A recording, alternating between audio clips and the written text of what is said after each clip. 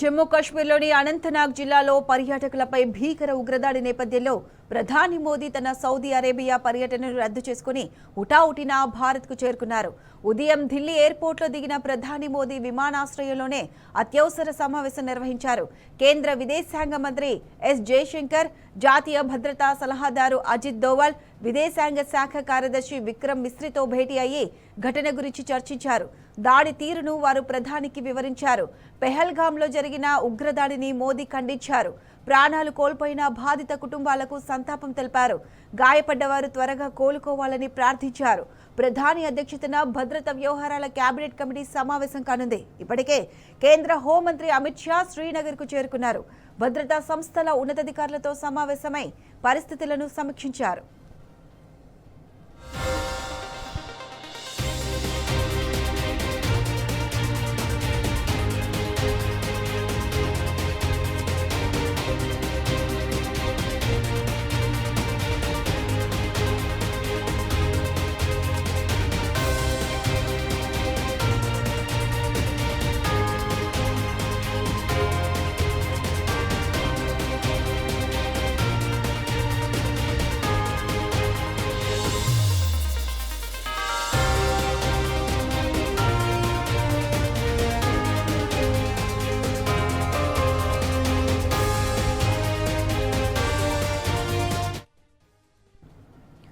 జమ్మూ కాశ్మీర్లోని అనంతనాగ్ జిల్లాలో పర్యాటకులపై భీకర ఉగ్రదాడి నేపథ్యంలో ప్రధాని మోదీ తన సౌదీ అరేబియా పర్యటనను రద్దు చేసుకుని హుటాహుటిన భారత్కు చేరుకున్నారు. ఉదయం ఢిల్లీ ఎయిర్పోర్ట్లో దిగిన ప్రధాని మోదీ విమానాశ్రయంలోనే అత్యవసర సమావేశం నిర్వహించారు. కేంద్ర విదేశాంగ మంత్రి ఎస్ జయశంకర్, జాతీయ భద్రతా సలహాదారు అజిత్ దోవల్, విదేశాంగ శాఖ కార్యదర్శి విక్రమ్ మిస్రితో భేటీ అయ్యి ఘటన గురించి చర్చించారు. దాడి తీరును వారు ప్రధానికి వివరించారు. పెహల్గాంలో జరిగిన ఉగ్రదాడిని మోదీ ఖండించారు. ప్రాణాలు కోల్పోయిన బాధిత కుటుంబాలకు సంతాపం తెలిపారు. గాయపడ్డవారు త్వరగా కోలుకోవాలని ప్రార్థించారు. ప్రధాని అధ్యక్షతన భద్రతా వ్యవహారాల కేబినెట్ కమిటీ సమావేశం కానుంది. ఇప్పటికే కేంద్ర హోంమంత్రి అమిత్ షా శ్రీనగర్కు చేరుకున్నారు. భద్రతా సంస్థల ఉన్నతాధికారులతో సమావేశమై పరిస్థితులను సమీక్షించారు.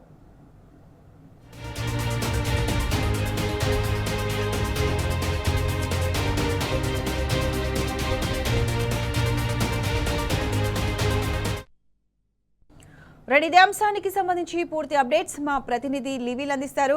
లివిల్ చెప్పండి, జమ్మూ కాశ్మీర్లో ఉగ్రదాడిపై కాసేపట్లో ప్రధాని అధ్యక్షతన భద్రతా వ్యవహారాల కేబినెట్ భేటీ కానుంది. దీనికి సంబంధించి పూర్తి అప్డేట్స్ ఏంటి? నిన్న మధ్యాహ్నం జరిగిన కాశ్మీర్ ఉగ్రదాడుల నేపథ్యంలో ఇవాళ కేబినెట్ సమావేశం ఏర్పాటు చేయాలని చెప్పేసి ప్రధానమంత్రి నరేంద్ర మోడీ నిర్ణయించారు. ఉట్టిన అబుదాబి పర్యటన రద్దు చేసుకుని ప్రదేశానికి చేరుకున్నారు.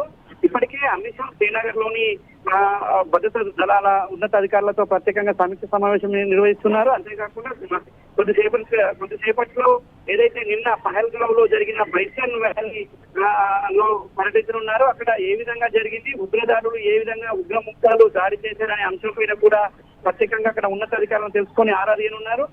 ఉగ్రదాడికి కారణం ఏంది, ఏ ఉగ్రదాడికి సంబంధించి ఎందుకు ఇంటెలిజెన్స్ ఫెయిల్యూర్ అయిందనే అంశాలపైన కూడా ప్రత్యేకంగా అమిత్ షా ఆరాధీనున్నారు. ఇప్పటికే ఉన్నతాధికారులతో సమీక్ష సమావేశం నిర్వహిస్తున్నారు. అంతేకాకుండా ఎన్ఐఏ, నేషనల్ ఇన్వెస్టిగేషన్ ఏజెన్సీ ఇప్పటికే దర్యాప్తు ముమ్మరం చేసింది. ఆర్మీ చేసుకొని ఉగ్రవాదులు దాడికి పాల్పడినట్లు ఇప్పటికే ప్రాథమిక అంచనాకు వచ్చిన నేపథ్యంలో ఈ ఉగ్రదాడి ఎందుకు ఈ విధంగా అంటే ఇంటెలిజెన్స్ ఫెయిల్యూరా లేదంటే ఆర్మీ ఇటు భద్రతా కులగాలలో ఎవరైనా కోవచ్చు ఉన్నారా అనే కోణంలో కూడా ప్రత్యేకంగా దర్యాప్తు కొనసాగిస్తున్నారు.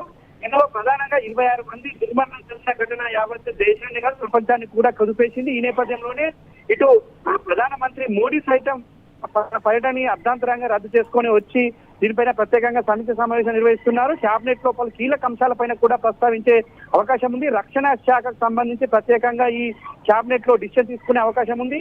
ఉగ్రవాదులకు సంబంధించి పూర్తిగా ఏరివేయాలనే కోణంలోనే ఇటు కేంద్ర ప్రభుత్వం భావిస్తున్నట్టు తెలుస్తుంది. అందుకు అనుగుణంగా రక్షణ శాఖతో పాటు ఇటు కేంద్ర శాఖ కూడా కొన్ని కీలక ఆదేశాలు జారీ చేసింది.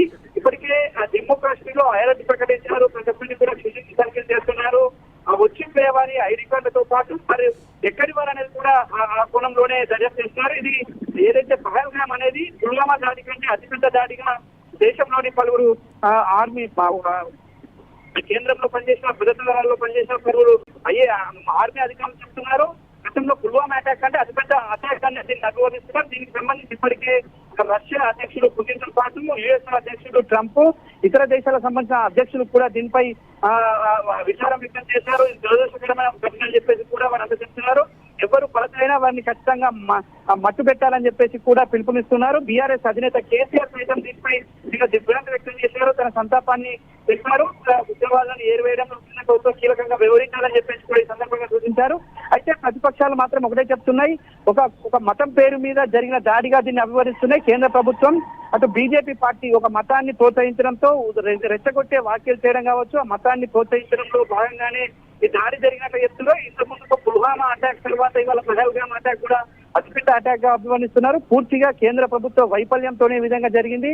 ఇప్పటికైనా ప్రభుత్వం మేల్కొని ఆ చర్యలు చేపట్టాలి. ఇటు ఏదైతే అధికారుల విషయంలో అంటే భద్రతా దళాలకు సంబంధించిన విషయంలో కూడా ప్రభుత్వం పూర్తిగా నిర్లక్ష్యం వ్యవహరిస్తుంది.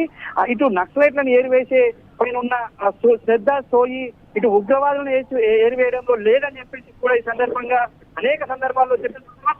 సూర్యకాంత్ తో పాటు ప్రధాన ప్రతిపక్ష పార్టీలు కూడా చెప్తున్నాయి. ఏదేమైనప్పటికీ మరి కాసేపట్లో మోడీ అధ్యక్షతన కేబినెట్ సమావేశం ప్రారంభంగా ఉంది. కేబినెట్ సమావేశంలో పలు కీలక అంశాలపైన కూడా భద్రత పరంగా తీసుకునే అవకాశం అయితే ప్రత్యేకంగా కనిపిస్తుంది. ప్రతిష right level thanks for the updates.